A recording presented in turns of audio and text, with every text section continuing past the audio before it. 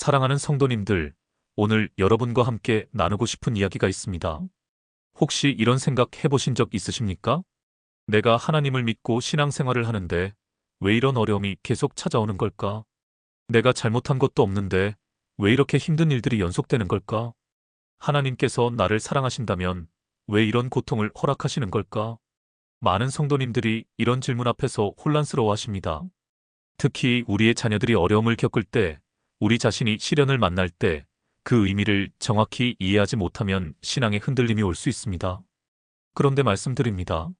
하나님께서는 우리를 사랑하시기 때문에 때로는 징계하십니다. 그 징계는 미움이 아니라 사랑의 표현입니다. 오늘 저는 여러분과 함께 네 가지 중요한 진리를 나누고자 합니다. 하나님의 징계와 사랑의 차이를 명확히 알게 되면 여러분의 신앙생활에 새로운 빛이 비춰질 것입니다. 어려움 가운데서도 흔들리지 않고 오히려 더 깊은 믿음으로 성장하시게 될 것입니다. 그럼 지금부터 함께 이 귀한 진리 속으로 들어가 보겠습니다. 첫 번째로 하나님의 징계는 관계 안에서만 일어난다는 사실입니다. 여러분, 이것을 아십니까? 하나님께서는 자녀가 아닌 사람을 징계하지 않으십니다. 길거리를 지나가는 남의 자녀를 훈육하는 부모는 없지 않습니까? 마찬가지로 하나님의 징계는 오직 그분의 자녀들에게만 주어지는 특권입니다. 히브리서 12장 5절에서 6절을 보면 이렇게 말씀하십니다. 또 아들들에게 하듯 하나님이 너희에게 권면하신 말씀을 잊었도다. 내 아들아, 주의 징계하심을 경히 여기지 말며 그에게 꾸지람을 받을 때에 낙심하지 말라.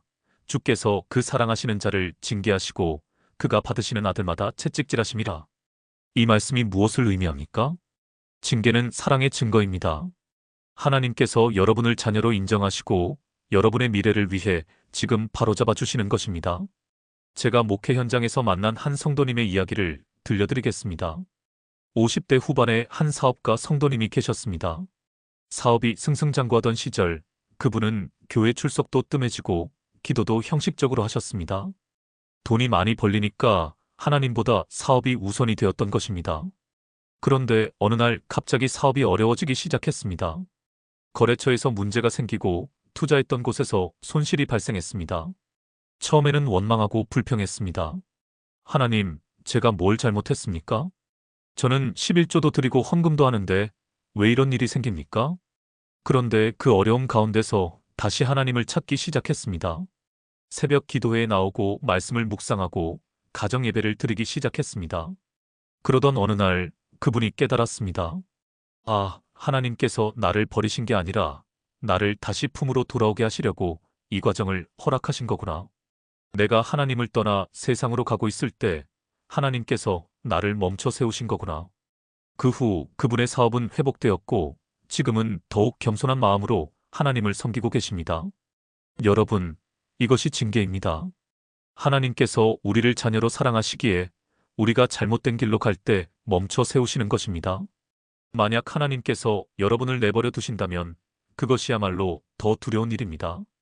그것은 관계가 끊어진 것을 의미하기 때문입니다. 그러므로 어려움이 찾아올 때 먼저 물어보십시오. 하나님, 제가 무엇을 바로잡아야 합니까? 제가 어떤 부분에서 주님을 떠나 있었습니까?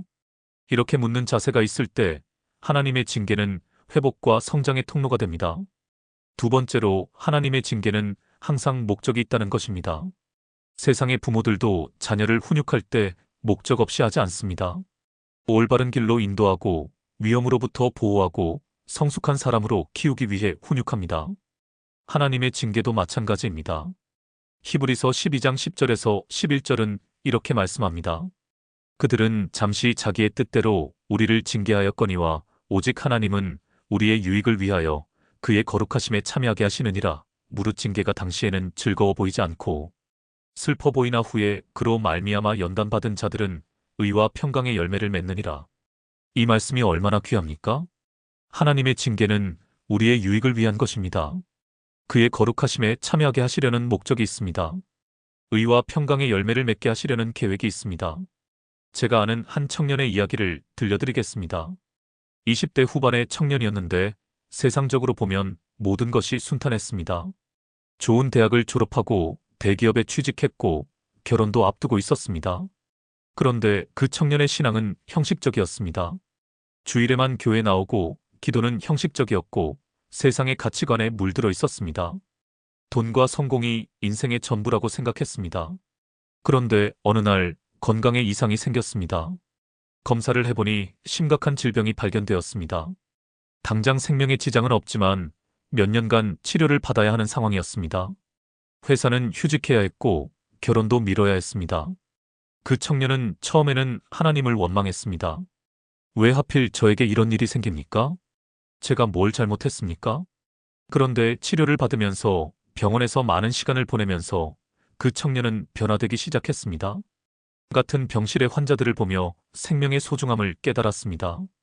죽음 앞에서 돈과 명예가 아무 의미 없다는 것을 알게 되었습니다. 그리고 성경을 다시 읽기 시작했습니다.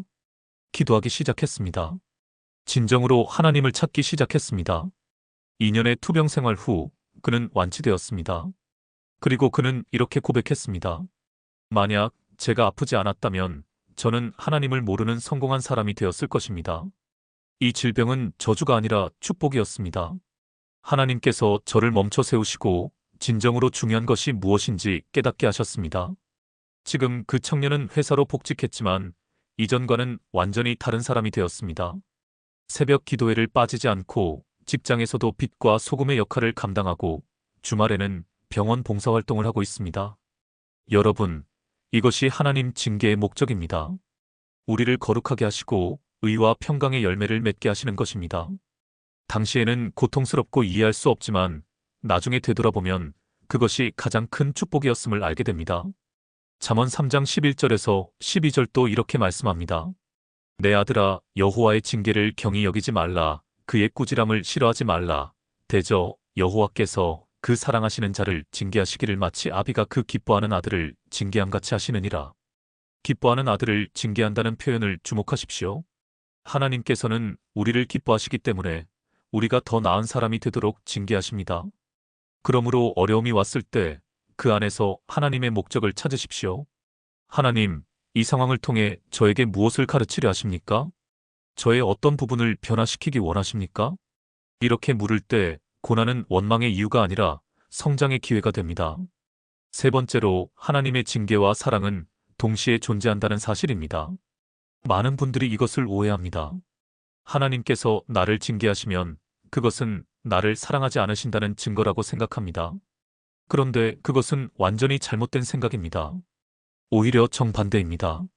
하나님께서 징계하시는 것 자체가 사랑의 증거입니다. 요한계시록 3장 19절을 보십시오. 물은 내가 사랑하는 자를 책망하여 징계하노니 그러므로 내가 열심을 내라 회개하라. 이 말씀이 무엇을 의미합니까? 사랑하기 때문에 책망하고 징계하신다는 것입니다. 만약 사랑하지 않으신다면 그냥 내버려 두실 것입니다. 잘못된 길로 가든 죄 가운데 살든 멸망의 길로 가든 상관하지 않으실 것입니다. 그런데 사랑하시기 때문에 우리가 잘못된 길로 갈 때 멈춰 세우시는 것입니다. 제가 목회하면서 만난 한 가정의 이야기를 나누겠습니다. 60대 중반의 한 집사님 가정이었습니다. 그 가정에는 30대 아들이 한 명 있었는데 방탕한 생활을 하고 있었습니다. 술, 도박, 빚, 이런 것들로 가득한 삶이었습니다. 부모님은 계속해서 빚을 갚아주고 돈을 대주고 문제를 해결해 주었습니다. 그런데 아들은 변하지 않았습니다. 오히려 더 심해졌습니다. 부모가 해결해 줄 거라고 생각하니까 더 무책임해진 것입니다. 그러던 어느 날 그 집사님 부부가 결단을 내렸습니다. 더 이상 아들의 문제를 대신 해결해 주지 않기로 한 것입니다. 아들이 빚독촉을 받아도 집에서 쫓겨나도 스스로 책임지게 하기로 했습니다. 주변 사람들은 말했습니다. 어떻게 부모가 자식을 그렇게 내버려 둘 수 있습니까? 너무 냉정한 것 아닙니까? 그런데 그 부모님은 눈물로 기도하며 견뎠습니다. 진정으로 아들을 사랑하기 때문에 지금 고통스럽지만 이 과정이 필요하다고 믿었던 것입니다. 결과가 어떻게 되었습니까? 처음에 아들은 더 방탕해졌습니다.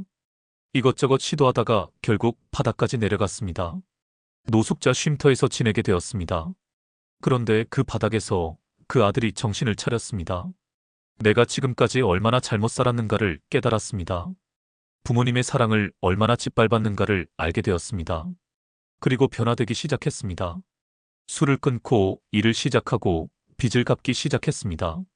2년이 지난 후 그 아들은 완전히 새 사람이 되어 집으로 돌아왔습니다. 그리고 부모님께 이렇게 말했습니다. 아버지, 어머니, 감사합니다. 만약 부모님이 계속 제 뒤치다꺼리를 해주셨다면 저는 절대 변하지 않았을 것입니다. 부모님이 저를 바다까지 가게 내버려 두신 것이 사실은 가장 큰 사랑이었습니다. 여러분, 이것이 사랑과 징계의 관계입니다. 진정한 사랑은 때로는 고통을 감수하게 합니다. 당장은 힘들고 아프지만 그것이 궁극적으로 유익이 되기 때문입니다. 하나님께서도 마찬가지십니다. 하나님께서 우리를 사랑하시되 지금 우리의 편안함만을 추구하지 않으십니다. 우리의 영원한 유익을 위해 때로는 고통스러운 과정도 허락하십니다. 시편 119편 71절을 보십시오. 고난당한 것이 내게 유익이라 이로 말미암아 내가 주의 율례들을 배우게 되었나이다. 고난이 유익이라는 고백입니다. 고난을 통해 하나님의 말씀을 배우게 되었다는 간증입니다.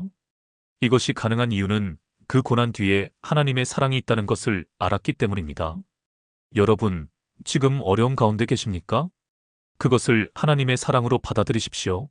하나님께서 나를 포기하신 것이 아니라 더 나은 사람으로 빚으시는 과정임을 믿으십시오. 당장은 이해할 수 없어도 나중에는 감사하게 될 날이 반드시 옵니다. 네 번째로 하나님의 징계에는 회복의 약속이 함께한다는 것입니다. 세상의 징계는 때로 파괴적이고 상처만 남길 수 있습니다. 그런데 하나님의 징계는 다릅니다. 하나님께서는 징계하시되 반드시 회복시키십니다. 넘어뜨리시되 다시 일으키십니다. 깨뜨리시되 더 아름답게 재창조하십니다. 예레미야 30장 11절을 보십시오. 나는 너와 함께 있어 너를 구원할 것이라. 내가 너를 흩어보낸 그 나라들은 진멸할지라도 너는 진멸하지 아니하리라. 그러나 내가 법도로 너를 징계할 것이요 결코 무죄한 자로 여기지 아니하리라. 이 말씀의 핵심은 무엇입니까? 징계는 하되 결코 진멸하지 않으신다는 것입니다. 법도로 징계하시되 구원하신다는 약속입니다. 이것이 세상의 징벌과 하나님의 징계의 가장 큰 차이점입니다. 세상은 징벌하고 버립니다. 하나님은 징계하시고 회복시키십니다. 성경에서 가장 아름다운 회복의 이야기를 아십니까? 바로 베드로의 이야기입니다. 베드로는 예수님을 3번이나 부인했습니다. 예수님께서 십자가에 달리시기 전 가장 어려운 순간에 예수님을 배신했습니다. 맹세하고 저주하면서 예수님을 모른다고 했습니다. 그 후 베드로가 어떻게 되었습니까? 심히 통곡했다고 성경은 기록합니다.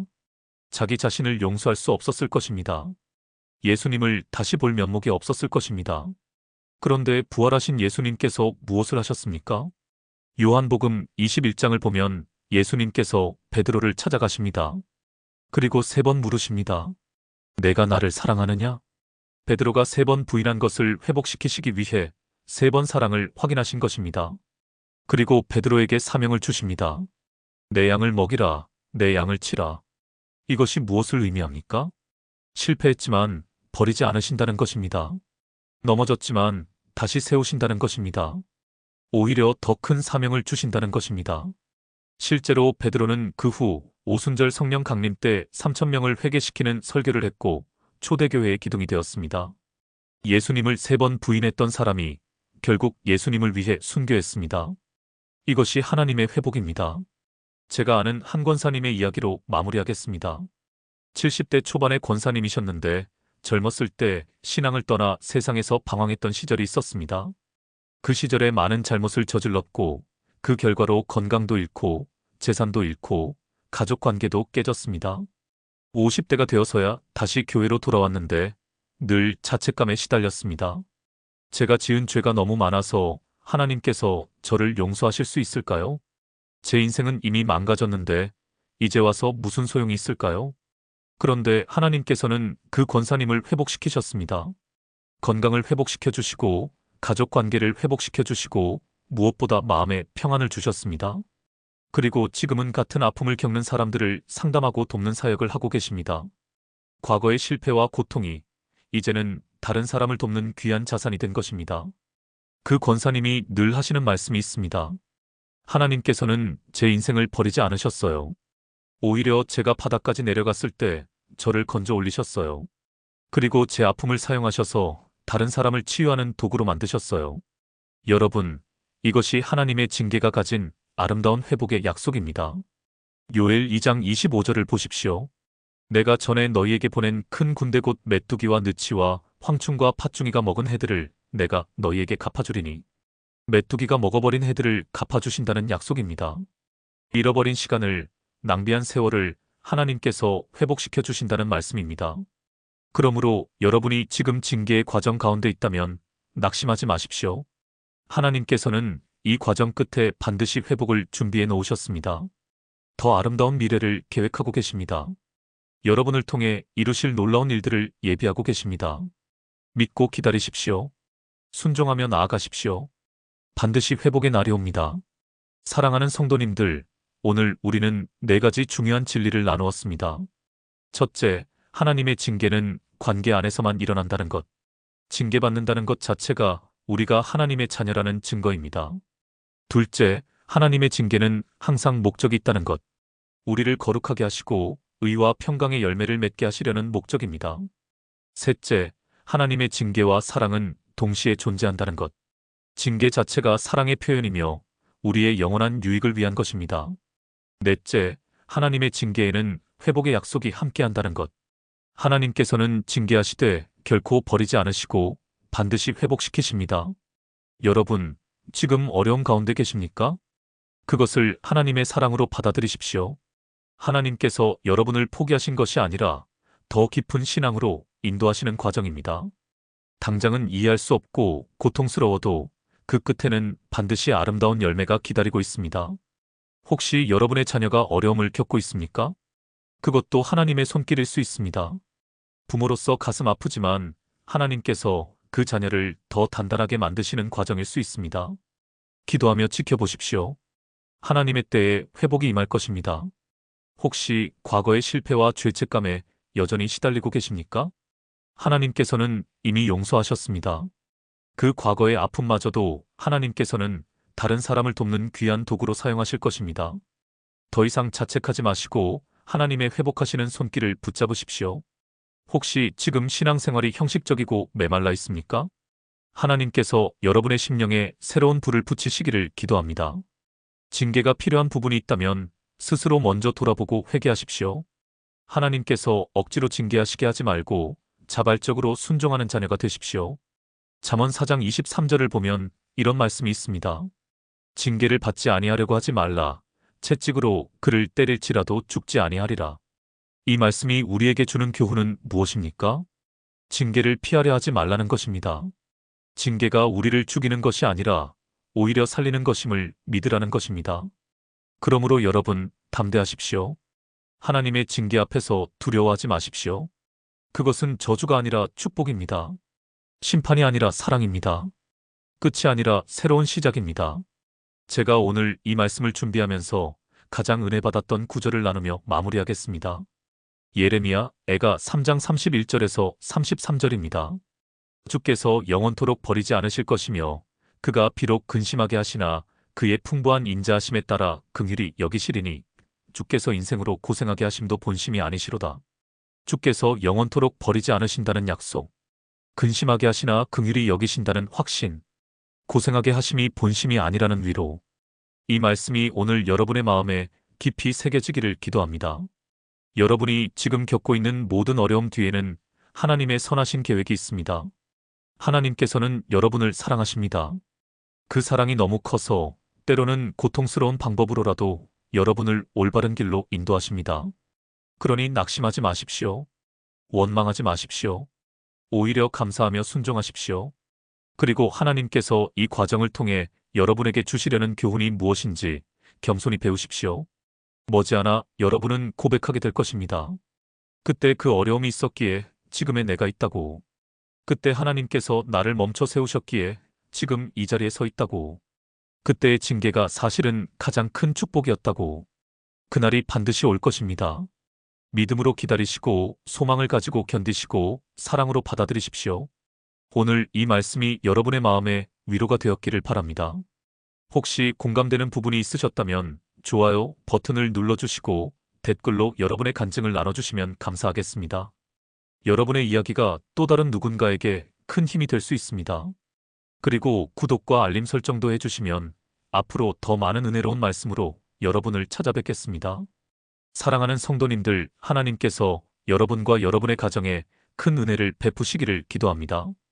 여러분이 겪고 있는 모든 과정 가운데 하나님의 선하신 인도하심이 있기를 축복합니다. 징계의 시간이 있다면 그것이 회복의 통로가 되기를, 고난의 시간이 있다면 그것이 성장의 발판이 되기를 기도합니다. 하나님의 사랑이 여러분의 마음을 채우시고 하나님의 평강이 여러분의 가정을 지키시기를 축원합니다. 주님의 이름으로 축복합니다. 오늘도 승리하시고 은혜 가운데 거하시기를 바랍니다. 감사합니다.